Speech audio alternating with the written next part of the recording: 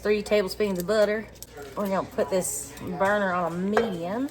This is a white seafood sauce. Let's put in 3 tablespoons of flour, a little at a time. And keep stirring, don't go away. There's 2. There's 3. We don't want this to be a darkery, but I'm gonna add another tablespoon of flour. It's not thick enough. So that'd be 4 tablespoons of flour. See if we can get what we're looking for here. There we go. That's better. That's what we want. Now I'm gonna turn this to like a medium high, and I'm gonna slowly add in a cup and a half of chicken broth and keep stirring. Keep stirring. Try to get all the clippies out you can. Now we're gonna add in 1 teaspoon finely minced garlic. I have an amount written down, but just put some in there. It's good for color. It's oregano. Put some oregano in there. Now we're gonna take it off the heat after we stir it, and we're gonna remove it from the heat source. Now that we're off the heat, we're still hot.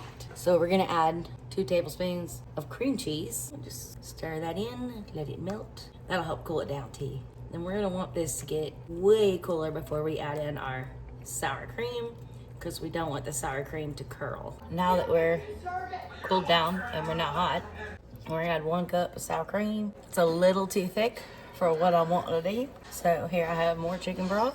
Just gonna add a little at a time. I usually use like a teaspoon or a tablespoon at a time. Stir it in until it's a little thinner. We're using this to coat the enchiladas, so we don't want it too thick. Keep in mind, there is no heat in here, okay? And now it's looking good.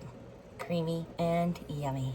Salt and pepper. Now we're gonna add a little bit of freshly cut green onions. And that is how you make homemade white gravy for seafood enchiladas.